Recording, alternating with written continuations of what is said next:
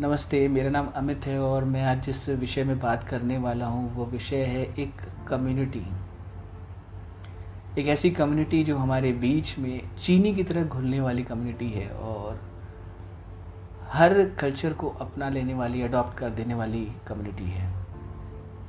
मैं बात कर रहा हूँ सिंधी कम्युनिटी की।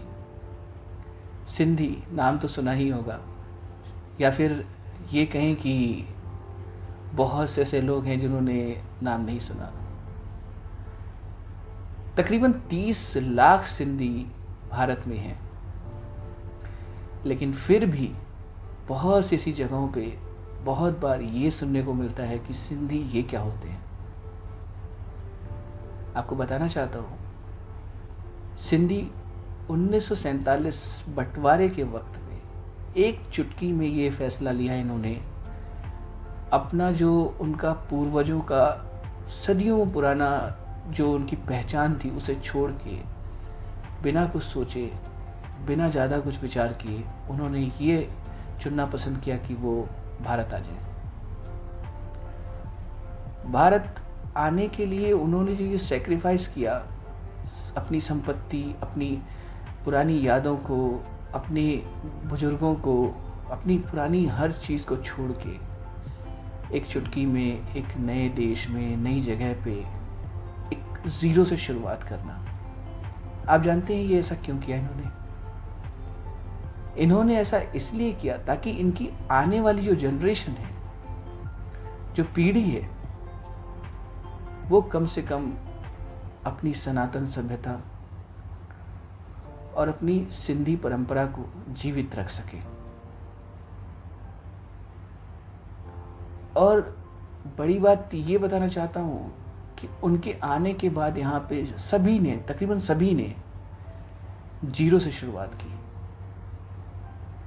जीरो से शुरुआत होने के बाद भी आज 75-76 सालों में आप देखिए, हर फील्ड में, चाहे वो पॉलिटिक्स हो, चाहे वो वकालत हो, या उनका पसंदीदा पेशा कारोबार हो,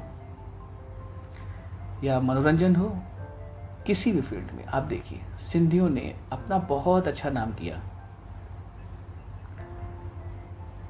यहाँ तक कि आज़ादी की लड़ाई में भी श्री हेमू कलाणी जी ने एक योगदान, ऐसा योगदान कहा जाता है कि अविस्मरणीय योगदान किया। तो सिंधी अपने हर रोल में अपना कंट्रीब्यूशन बहुत ईमानदारी के साथ देते हैं। लेकिन कभी भी किसी भी सिंधी को आपने यहाँ नहीं देखा होगा कि जिसकी वजह से समाज में कोई गलत मैसेज या कोई ऐसी अप्रिय घटना हो। और इनका जो, जैसे कि मैंने कहा कि इनका फेवरेट पेशा बिजनेस होता है, तो ऐसा क्यों है? थोड़ा सा पुराने वक्त में नज़र डाल के देखिए कि शुरुआत से ही सिंधियों ने कारोबार किया, जिसकी प्रेरणा उनकी पीढ़ी दर पीढ़ी बनी आई। और कहा जाता है कि सिंधियों ने बिजनेस को बहुत हद तक चेंज किया, उसमें बहुत सारे ट्रांसफॉर्मेशंस किए। और उन ट्रांसफॉर्मेशंस की पता है आपको क्या है? उनकी बेसिक जो ऐसी क्या आइडियोलॉजी है जिस वजह से सिंधियों को बिजनेस में थोड़ा सा डिफरेंट और सक्सेस माना जाता है?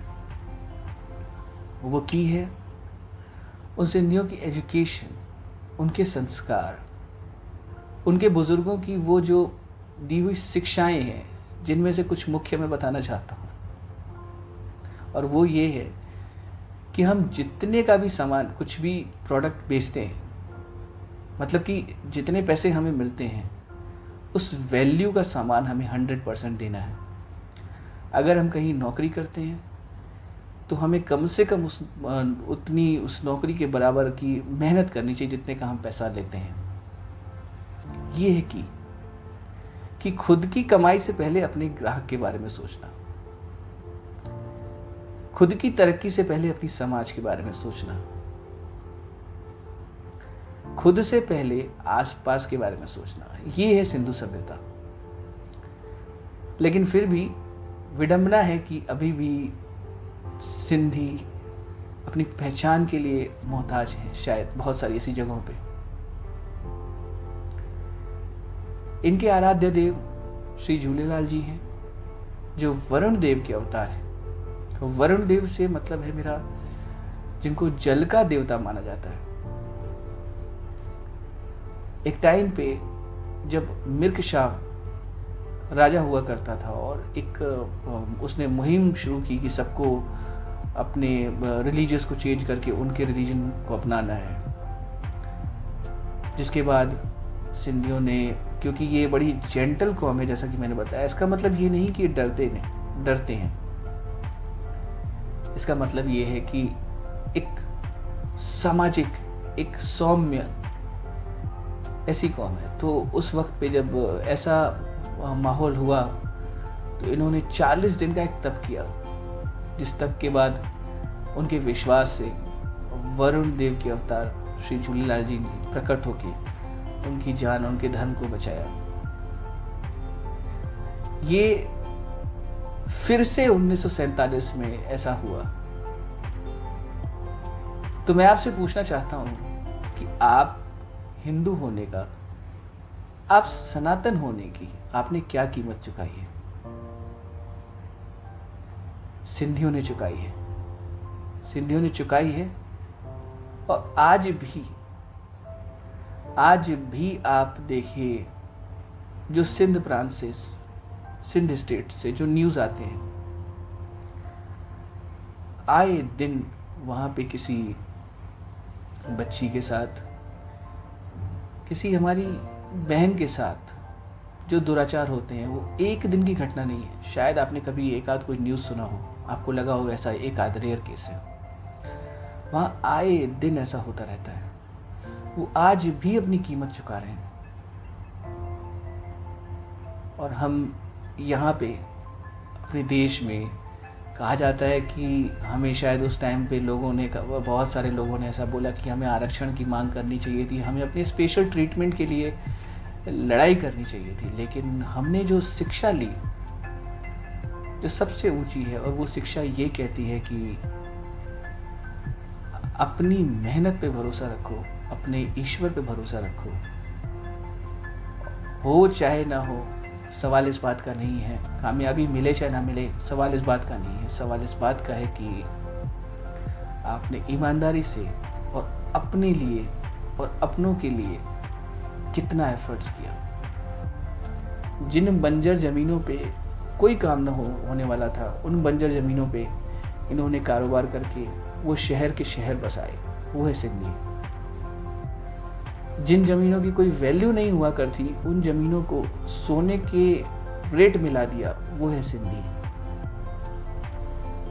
जब कारोबार पूरी तरीके से डूबने को होता है, उस टाइम पे कारोबार में एक तेजी लाने वाले, वो है सिंधी। आपके बीच में रह के कभी भी खुद को अलग न बताने वाले, वो है सिंधी। हम है सिंधी। जय झूलेलाल।